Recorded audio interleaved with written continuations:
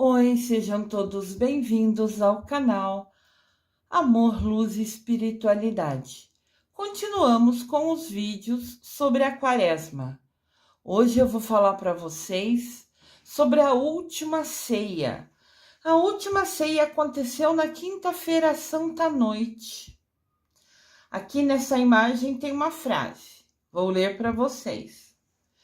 Quem come a minha carne e bebe o meu sangue permanece em mim e eu nele. Isso é um versículo, né? Um trecho da Bíblia, no livro João, capítulo 6, versículo 56. Livro da Bíblia, João, no Novo Testamento. Os evangelistas, né, só falam de Jesus a partir do Novo Testamento. Então, o Novo Testamento é o que narra após o nascimento de Jesus. Essa frase está em João, capítulo 6, versículo 56. Essa é uma frase que ele fala na última ceia. Última ceia, um dos principais momentos na vida de Jesus. A última ceia é um dos principais eventos da vida de Jesus aqui na Terra, e ele está registrado na Bíblia. Ela foi a última refeição do Salvador com os seus discípulos antes de ser preso e crucificado. Aqui tem um mural, né? Ou um vitral, talvez seja o nome mais conhecido. São as igrejas, né? Principalmente as igrejas mais antigas. Eles faziam assim nas janelas das igrejas esses vitrais, que são desenhos com vidro, né? Então você observa, normalmente tem alguma luz iluminando próximo a ele, mas durante o dia, como são janelas, né? Fica muito bonita a imagem que o sol reflete através da imagem, né? Então ela fica mais viva, né? É muito interessante. E esse vitral está mostrando para a gente exatamente a última ceia, né? Registrando esse momento. Quem participou da última ceia, segundo os diversos livros da Bíblia, afirmam ser os 12 apóstolos e Jesus. Os discípulos ou apóstolos, né? Discípulos e apóstolos querem dizer a mesma coisa. São os 12 seguidores de Jesus. Os 12 discípulos são Pedro, André, Tiago, o maior. É interessante, né, que hoje em dia, quando a gente tem na mesma empresa, por exemplo, dois Tiagos ou dois colegas com o mesmo nome, às vezes a gente chama alguém por algum apelido ou chama alguém por sobrenome, né? Normalmente se chama pelo sobrenome. Eu já trabalhei com colegas, eram dois Joãos, né? Daí a gente chamava pelo sobrenome de cada um deles para diferenciar quando tá chamando especificamente qual deles, né? No tempo de Jesus, eles falavam o maior e o menor, falando muito com referência a quem é o mais velho e quem é o mais novo. Ou falava, ele é filho daquele. O Tiago, filho de tal pessoa. O Tiago, primo de não sei quem.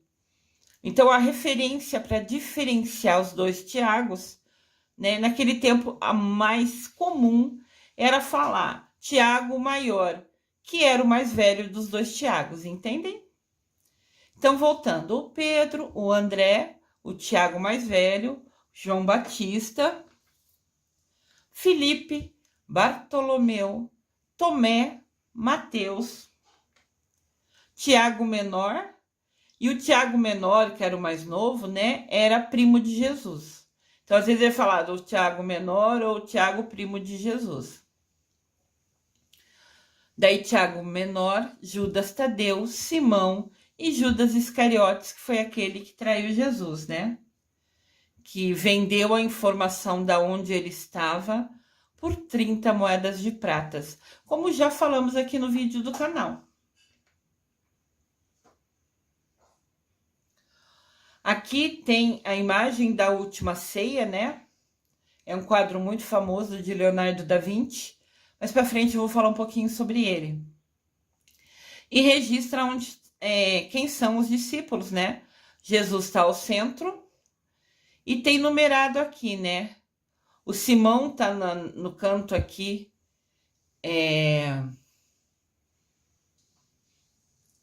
no canto direito está o Simão, né? Vocês podem dar pause nessa imagem depois e ver cada um quem são os discípulos. Mas está registrado, né, que estava Jesus ao centro e os 12 discípulos. E eu já estudei bastante sobre eles, eu quero ver se eu faço um vídeo, né, sobre eles para falar um pouquinho mais sobre a importância deles, né, como fiéis seguidores de Jesus. E o interessante é que quando eu estudei sobre signos, né, astrologia, eu pude perceber e descobrir que cada um dos 12 apóstolos tinha um signo. Cada um deles tinha um signo diferente. Então, os 12 apóstolos, né, têm os 12 signos do zodíaco. Olha que interessante. Nada é por acaso, né? Tudo é perfeito. A importância da última ceia. A importância da última ceia, super importante. A última ceia aconteceu na Quinta-feira Santa e é descrita em 3 evangelhos do Novo Testamento, que são Mateus, Marcos e Lucas. Na última ceia, conforme está escrito no livro Mateus, capítulo 26, versículo de 26 a 28, Jesus explicou para os seus discípulos a importância daquele momento e o significado do pão e do vinho que estavam sobre a mesa. Enquanto comiam, Jesus tomou o pão, agradeceu, deu graças, né? Partiu, ele, né, distribuiu e deu aos seus discípulos, dizendo: tomem e comam, isso é o meu corpo. Então Jesus pega o pão, olha para os céus, agradece a Deus, reparte e dá um pedaço para cada um dos seus discípulos, falando: tomem e comam, peguem e comam, né? Vamos falar assim, isto é o meu corpo. Aqui mostra para a gente, né, o que representa o corpo de Jesus para a gente, que é a hóstia consagrada, na hora que a gente, ao final da missa, depois que você participou de todas as orações, pediu perdão dos pecados, né? Não sei se todos os seguidores aqui do canal, se já foram a uma missa, se são dessa religião, mas indiferente da religião que você tenha, aqui tem muito ensinamento para a gente aprender junto, né? E nesse momento que eu trouxe a imagem, é quando o padre distribui a hóstia, né? Que é o corpo de Jesus consagrado, quase no final da missa. Para aquelas pessoas que estão com a consciência limpa, que se sentem merecedoras de receber o corpo de Cristo. Não é porque você vai à missa que você pode, ou entre aspas, tem o direito de comungar.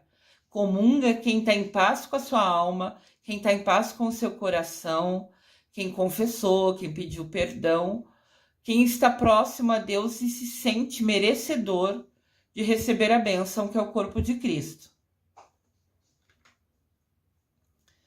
Em seguida, Jesus, que tinha repartido o pão, pega o cálice que tem vinho. Naquele tempo, o vinho era uma bebida bem mais barata do que é hoje, né? Era uma bebida produzida pelas pessoas da própria região. Então, a gente fala assim, nossa, como eles bebiam vinho o tempo todo, né? Mas realmente era porque a fabricação dele, né? O método de fazer era simples. Basicamente, pisar na uva, a gente já viu isso em vários locais. Mas assim, a própria região produzia, então ela se tornava uma bebida barata, por isso que eles sempre estavam bebendo vinho, né? Então Jesus pegou o vinho, né, o cálice, que é uma taça onde tinha o vinho, de novo deu graças a Deus, né? Nessa taça tinha o vinho que eles bebiam na região. Ele agradeceu a Deus. Sempre que Jesus pedia a bênção dos céus, ele levantava. Então, quando ele pegava o pão, ele fala assim, Deus abençoe, ele levantava acima da cabeça dele, como se fosse para deixar mais próximos ao céu para ser abençoado. Daí, retorna com o pão na mesa. Depois, a mesma coisa com o vinho. Pega a taça, levanta acima da sua cabeça e pede para Deus abençoar. Esse ritual de subir o pão acima da cabeça para pedir a bênção, voltar à mesa, pegar a taça com vinho, levantar acima da cabeça, pedindo a bênção e voltar à mesa, os padres na missa fazem isso em toda a Santa Missa. Esse ritual de levantar e voltar ao local, né, de pedir graça levantando mais alto, é um ritual que é feito até hoje. E diz que Jesus sempre fazia isso. Eu já descrevi isso para vocês também naquele vídeo sobre o milagre, né, a multiplicação dos pães. Que ele levanta os pães, né, e os peixes naquela ocasião, pedindo a Deus para abençoar. Voltando aqui, ele levantou o cálice, pediu que Deus abençoasse e ofereceu para que todos os seus discípulos bebessem, cada um bebesse um gole. E falou, isto é o meu sangue, sangue da aliança com os homens, que será derramado para perdão dos pecados. Na ocasião, ele falou porque era o momento que estava acontecendo, né? Como é no passado, a gente muda o verbo. Mas aqui a gente pode também repetir simplesmente o que ele falou. Este é o meu sangue, que vai ser derramado, né? Ele ia morrer na cruz e o sangue dele escorreu. Registrando, fazendo, né? Criando essa aliança com os homens e perdoando, né? Os pecados deles, de todos nós. Aqui tem uma imagem, né? Eu acho muito linda a celebração da Ceia do Senhor, a última ceia. E essa imagem que fizeram, quem entende e sabe fazer essas imagens, né? Que no vinho refletiram como se fosse Jesus crucificado, né? Porque foi naquele momento que o sangue dele escorreu para se tornar, né? A bebida que a gente representa na missa. E eu acho muito bonito quem tem o dom de saber mexer com essas imagens, né? Porque o vinho aqui reflete uma imagem que não está aqui perto, né? Que ocorreu em outro momento. Mas eu achei linda essa imagem. O vinho sempre vai representar o sangue que Jesus derramou na cruz para salvar os nossos pecados. O livro de Marcos, capítulo 14, versículo 17 a 20, afirma que a última ceia foi onde Jesus falou da traição dele. Cada um dos livros fala que Jesus falou da traição em um momento. Em Marcos, né, no livro de Marcos, fala que Jesus, nessa hora da ceia, falou sobre que seria traído. Em outros livros, falam que foi na segunda-feira ou na terça-feira da Semana Santa. Então, assim, indiferente do momento, cada um tem a sua versão, vamos falar assim, mas o importante é que realmente Jesus falou para os discípulos que ele seria traído por um dos 12 que estavam ali com ele, né? E no livro de Marcos fala que foi nesse momento da última ceia. Ele fala para os discípulos, digo-lhes que um de vocês me trairá, alguém que está aqui comendo comigo. Todos os discípulos ficam tristes, e um por um lhe diz, com certeza não sou eu, meu Senhor. Não sou eu. Jesus afirma, é um dos 12, porque estavam ali entre ele 12, né? Alguém que come comigo do mesmo prato aqui. Olha que coisa triste, né? Normalmente quando a gente convida alguém à nossa casa, ou a gente faz um almoço, um jantar, e reúne as pessoas que a gente gosta, ou as pessoas, todas as pessoas, família, amigos, parentes, conhecidos, colegas. Quando a gente põe alguém assentado à nossa mesa, é porque a gente tem uma empatia com essa pessoa, tem um carinho, uma atenção, ela considera ela nosso amigo, nosso amigo, alguém muito próximo, que é merecedor de vir sentar à nossa mesa, né? Que é um convite tão especial, não é todo mundo, né? Não é todas as pessoas, sei lá, da cidade ou de qualquer lugar que vem sentar à nossa mesa. São poucos os escolhidos para estarem ali. Então ainda Jesus fala, são poucos os escolhidos para estarem à minha mesa. Quer dizer, aquelas pessoas que estavam à mesa com ele, para ele eram importantes. Eram pessoas que ele respeitava, que ele admirava. Então, quando ele narrou que um deles, que comia do mesmo prato que ele, ia trair ele, era um momento de bastante tristeza. Óbvio que Deus já tinha programado tudo isso, já sabia que ocorreria a traição, justamente para que chegasse a missão final de Jesus, que foi morrer na cruz, né? Nada é por acaso, tudo tem um porquê. E Jesus sabia que ia ser traído, mas mesmo assim isso não impedia ele de ficar chateado, né? Porque alguém tão pertinho dele faria um mal para ele, né?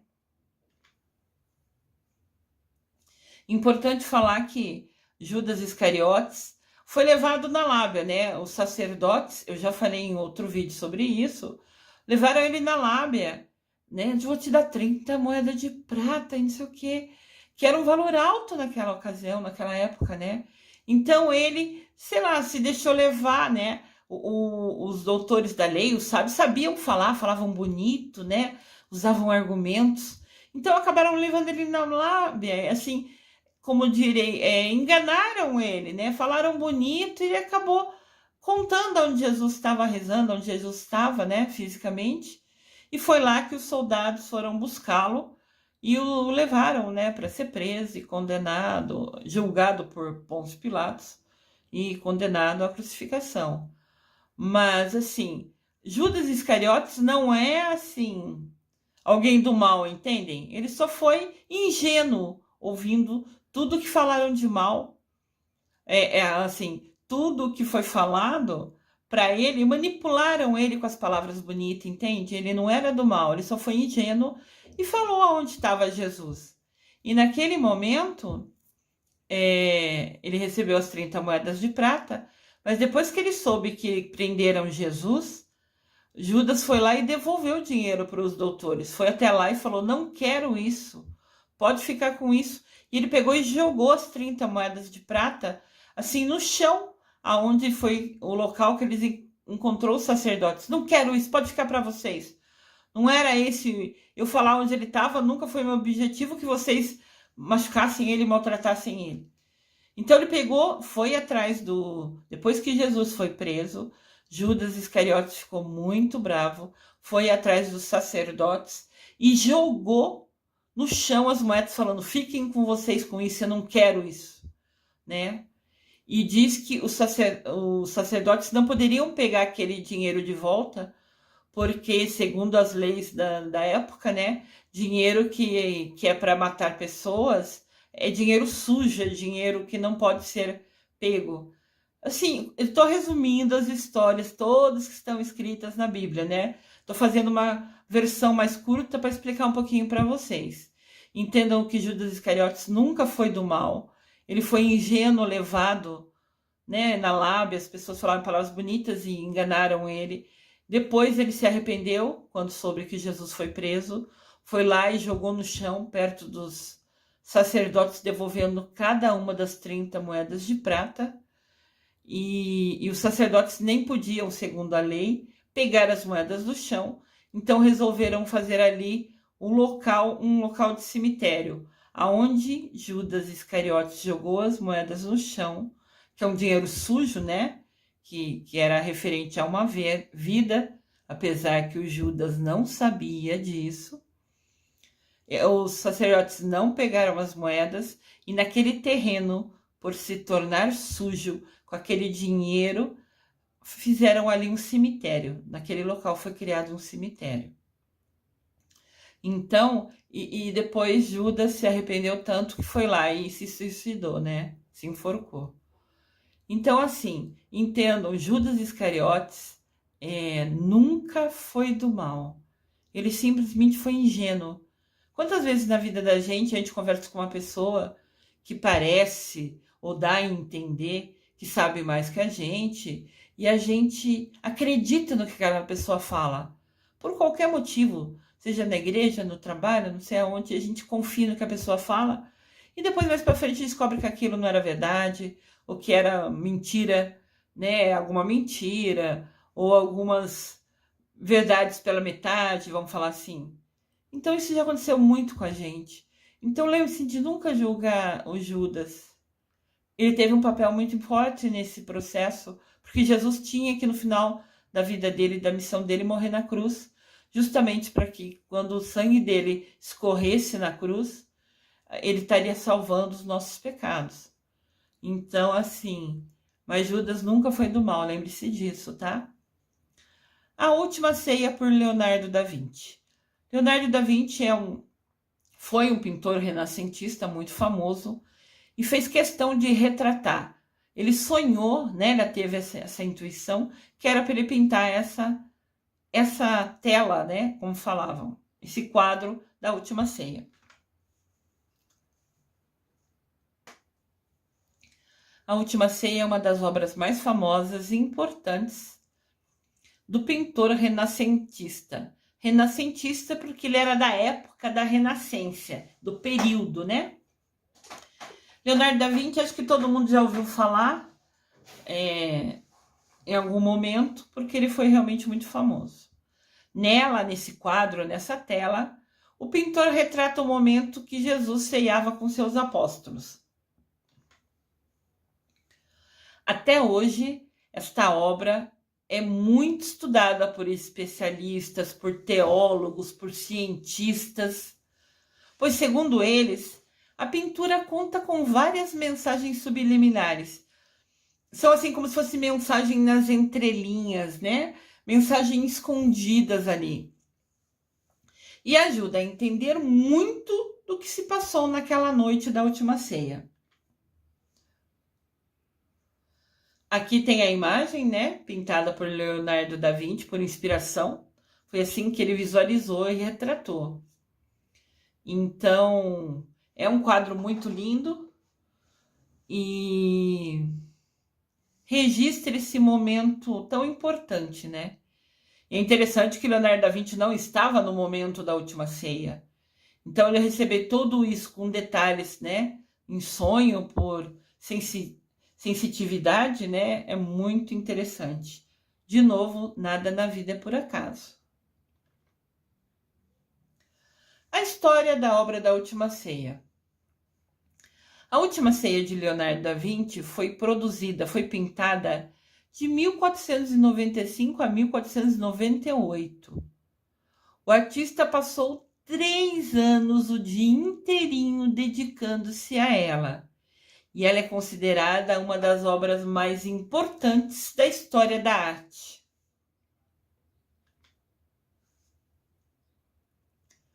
Análise da obra. Com grande realismo, simetria e perfeição, Da Vinci retratou Jesus no centro da mesa, rodeado por seus 12 discípulos, seus 12 apóstolos.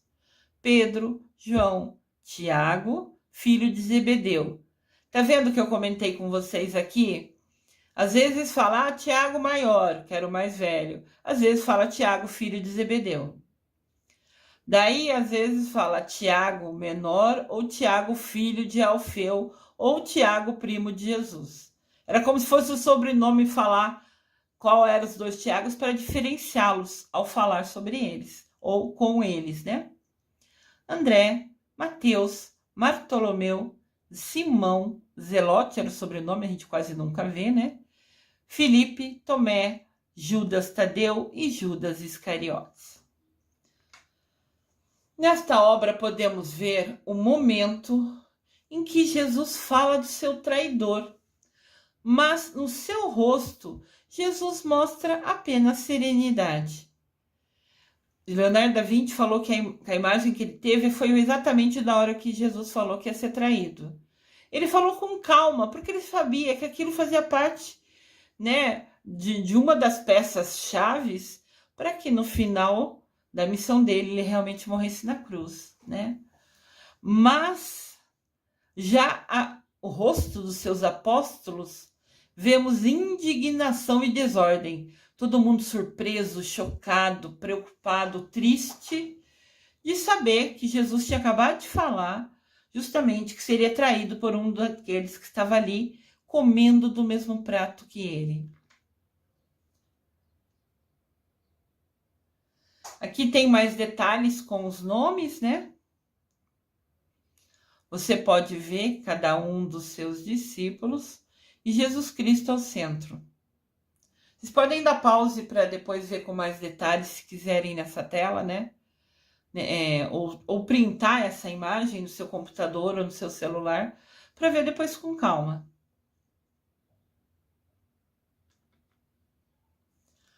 Ao reproduzir a Última Ceia, o objetivo do artista Leonardo da Vinci foi revelar todas as reações emocionais e físicas de todos os envolvidos. Então, na cabeça dele, ele tinha que retratar o rosto, a reação de cada um deles, a emoção que cada um sentiu. Era esse o objetivo de pintar essa Última Ceia. A Última Ceia é uma das obras mais famosas e conhecidas do mundo, e certamente uma das atrações de maior interesse na cidade de Milão, na Itália. É onde hoje, fisicamente, está essa pintura de Leonardo da Vinci. A Última Ceia do Leonardo encontra-se em posição original na parede da sala de almoço do antigo convento dominicano, ao lado da igreja de São Maria delle Grazie, é Santa Maria das Graças. Mas o detalhe é assim, ele pintou está lá, né, no refeitório, exatamente onde o local que faz as refeições, por se tratar da Última Ceia, né? Existem vários quadros imitando essa do Leonardo da Vinci. Minha mãe tem esse quadro na cozinha dele, lá na cozinha não, na copa, né, no local que a gente faz as refeições, ao lado da mesa onde toda a família faz as refeições, os amigos, todos, tem esse quadro, claro que é uma imitação, né, mas muito bonito, da Última Ceia, retratado ali, né, fixado na parede pertinho da mesa, é muito legal. Aqui fica essa igreja, Maria das Graças, na Itália, em Milão. Em Milão, na Itália, né? Santa Maria del Gracia é Santa Maria da Graça, né? Uma tradução do português. É uma igreja e um convento dominicano.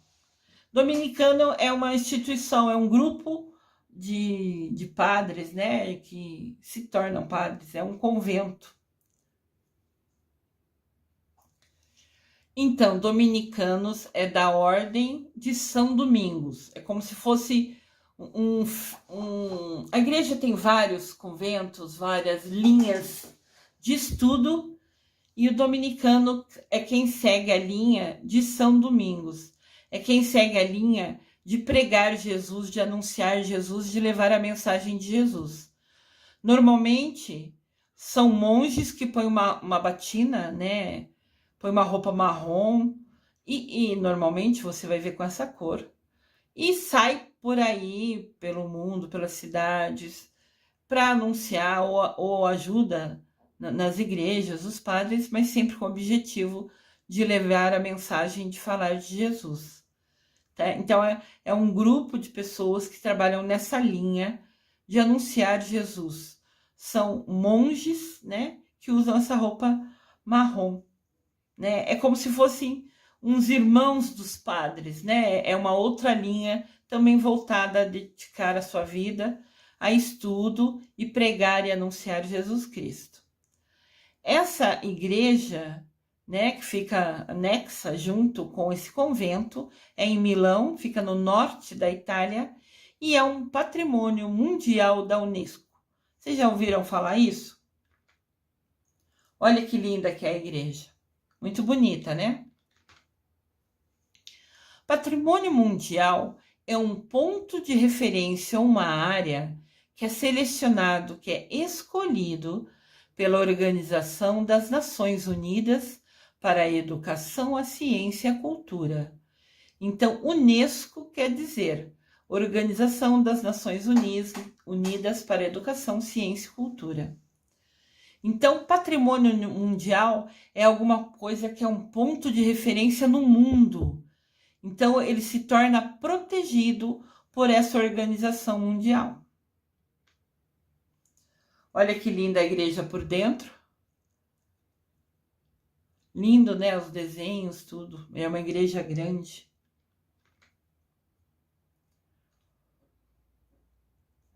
Esse patrimônio, né? Por ter um significado cultural, histórico, científico ou qualquer outro tipo de significado, é protegido por leis e tratados internacionais. Então, esse quadro, né, A Última Ceia, pintado por Leonardo da Vinci, é tão importante para a história, tem um significado tão grande que ele é protegido, né, legalmente, com leis e com tratados internacionais. Então, ele é protegido pelo mundo inteiro, entendem? O Cristo Redentor, por exemplo, aqui no Brasil, é um patrimônio mundial protegido pela Unesco, porque ele foi considerado uma das 7 maravilhas do mundo, né? Então, o nosso Cristo Redentor, né, aquele Cristo enorme, lindo, maravilhoso, que eu já tive a bênção que está pertinho dele ali, me senti uma formiguinha, né, perto de Jesus, tão imenso, tão poderoso, e realmente é assim que eu vejo essa comparação, né? Eu sou uma formiguinha perto de Jesus, tão magnífico, poderoso e forte. Então, aquela imagem lá no morro que tem no Rio de Janeiro é protegido, né? É um patrimônio mundial protegido em tratados internacionais e protegido com leis. Muito interessante, né? Voltando à igreja, onde tem a pintura do Leonardo da Vinci. Como ela é uma igreja muito linda e famosa, eu quis trazer algumas imagens para vocês. Sempre que fala de igreja, eu sempre tenho a curiosidade de saber como é dentro, como é o altar. E indiferente se ela é rica ou pobre, o importante para mim é conhecer as igrejas, né? Eu sempre acho isso muito lindo. E aqui tem essa por dentro, né? Mostrando o altar lá ao fundo. A igreja contém o mural da Última Ceia, do Leonardo da Vinci, que se encontra no refeitório, exatamente onde ocorrem as refeições, né? Está ali a obra. Olha que imensa essa pintura de Leonardo da Vinci. Tem algumas pessoas aqui que estão vendo, né? Você pode ir visitar essa igreja e tem como se fosse um ingresso para você entrar ver o mural com a pintura verdadeira do Leonardo da Vinci. Esse dinheiro de ingresso normalmente é para manter os cuidados que tem que ter com a pintura, sabe? Tem uma manutenção para ela não quebrar, para ela não se perder, não cair, né? Tem que ter muito cuidado, porque ela é muito antiga, é de 1400 e pouco, né? Então, você pode entrar lá. E também nunca entram muitas pessoas, tem um certo número restrito de pessoas para entrar de cada vez, justamente para poder ter controle e cuidado com relação à obra. Mas olha o tamanho da obra. Tem 3 pessoas aí mais visíveis nessa imagem. Você vê que as pessoas são pequenininhas perto do tamanho da pintura ali no refeitório. A Última Ceia de Leonardo da Vinci é uma pintura enorme. Ela tem 4,60 metros de altura e 8,80 metros de largura. Né? Uma pessoa meio alta, assim, normalmente uma pessoa tem, sei lá, uma pessoa alta vai ter o quê? 1,80 m, 1,90 m normalmente. Quer dizer que a altura dela é 4 vezes a pessoa mais alta que a gente normalmente vê. E a largura é 8 pessoas, como se estivesse deitada das pessoas mais altas que a gente vê. Olha o tamanho, é imenso. Você pode ver aqui, tem outro grupo visitando E aqui o ângulo tá um pouco melhor, né? Mas você vê que ela é imensa. De novo, né? Precisaria subir 4 homens, um sobre o outro para dar altura, para chegar lá em cima dela, né? E teria que deitar 8 homens para dar largura, né? Que é de lado a lado, do lado esquerdo ao lado direito é a largura, né? É 8,8. Uau! Essa obra foi realizada com têmpera, com a mistura, com óleo, têmpera e óleo, né? São 2 ingredientes para fazer a tinta, vamos falar assim, e foi pintado em gesso, ao contrário da técnica de afresco normalmente utilizada nessa época. Então, Leonardo da Vinci, além de pintar uma obra famosa da maneira que ele viu, que ele pensou que ele tinha que fazer desse jeito, ainda ele pintou com uma técnica nova, com uma tinta diferente, ele inovou totalmente. Foi super diferente do que se era feito pelos artistas naquela época. E por isso que essa obra se tornou ainda mais valiosa, não só pelo significado histórico na nossa vida, né, que é a Última Ceia, mas também por ele inovar e criar com tintas totalmente novas que ele criou para fazer esse diferencial. Aqui tem uma, assim, como se fosse uma foto mais perto, né, para vocês verem o tamanho dela. Lembra que do lado esquerdo ao lado direito são 8,80 metros. É muito grande. Se a gente tivesse de pé, de repente, na frente de Jesus assim, sabe? Tinha mais de 2 metros do lado direito, mais de 2 metros do lado esquerdo. Imenso. Lindíssimo, né? E olha que inspiração. Ele recebeu isso para fazer por intuição, sensibilidade, sensitividade. Muito lindo. O número 12 na Bíblia. Como são 12 apóstolos, eu quero falar um pouquinho para vocês da importância do número 12 na Bíblia. O significado do número 12 na Bíblia é o todo, é o completo. 12 apóstolos era o correto, era o completo, era o necessário para aquela missão que Jesus pediu. Que Jesus, né, eles acompanharam Jesus para depois sair pelo mundo divulgando e falando de Jesus Cristo. E antes não tinha internet, não tinha isso, não tinha aquilo. Então, foi boca a boca, cada um dos discípulos, junto com Mamãe Maria, divulgando pelo mundo, contando a história da vida de Jesus Cristo. Cada um foi para um canto do mundo. Então, o 12 era o número necessário de pessoas para se tornar completo o que ele precisava compartilhar. O número 12 na Bíblia representou no Antigo Testamento as 12 tribos de Israel, que depois, né, se formaram o povo de Deus. As 12 tribos de Israel, conforme consta no Antigo Testamento, foi a formação do povo de Deus. E no Novo Testamento, os 12 apóstolos formavam um novo povo de Deus. Eles saíram pelo mundo anunciando, contando toda a história da vida de Jesus Cristo, que ele morreu na cruz para perdoar os nossos pecados. Então, eles recrutaram, espalharam a notícia e trouxeram mais pessoas a acreditarem em Jesus, foram divulgando, falando, e cada vez mais pessoas foi acreditando em Jesus, foi se unindo a ele em oração, em conexão. Então, o 12 é sempre o perfeito, o necessário para que você possa cumprir, né, o que está descrito, o que é necessário. E também no livro do Apocalipse aparecem somas e múltiplos de 12. Por exemplo, os anciões são 24, que é 2 vezes 12. Isso aparece em Apocalipse, capítulo 4, versículo 4.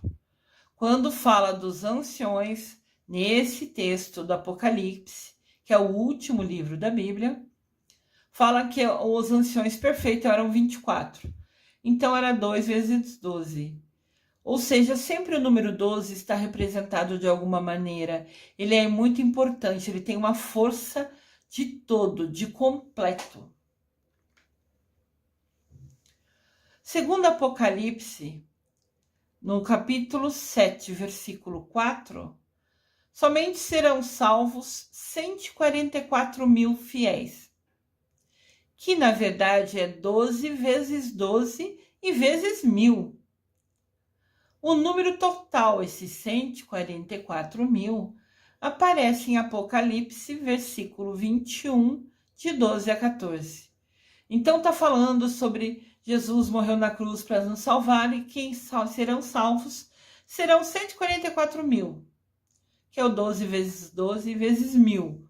Ou seja, é o 12 vezes 12 multiplicado a 1000. 1000 vezes, né, o resultado de 12 vezes 12. É só uma representação. É um número, de novo falando, na Bíblia, o número 12 quer dizer o completo. Esses 144 mil quer dizer que serão salvos todos os que amarem a Deus, seja no Antigo Testamento, e os que pertencem ao novo povo de Deus no Novo Testamento. Então, todo mundo que lá no tempo de Abraão seguiu Deus, acreditou em Deus, escrito, né, conforme descrito no Antigo Testamento, serão salvos. E no Novo Testamento, as pessoas de hoje, nossa época, todos que se sentirem pertencentes ao povo de Deus, que quiserem conhecer sobre a vida dele, fazem parte do povo de Deus, que quiserem conhecer sobre a vida de Jesus Cristo, que rezarem, que se unirem, que quiserem, que escolherem, que usarem seu livre-arbítrio todo santo dia para falar com Deus Pai, com Mamãe Maria, que quiserem estar pertinho dele, pertinho de Jesus Cristo, todos esses serão salvos. Aqui tem Jesus fazendo uma refeição. Já estava pensativo, né?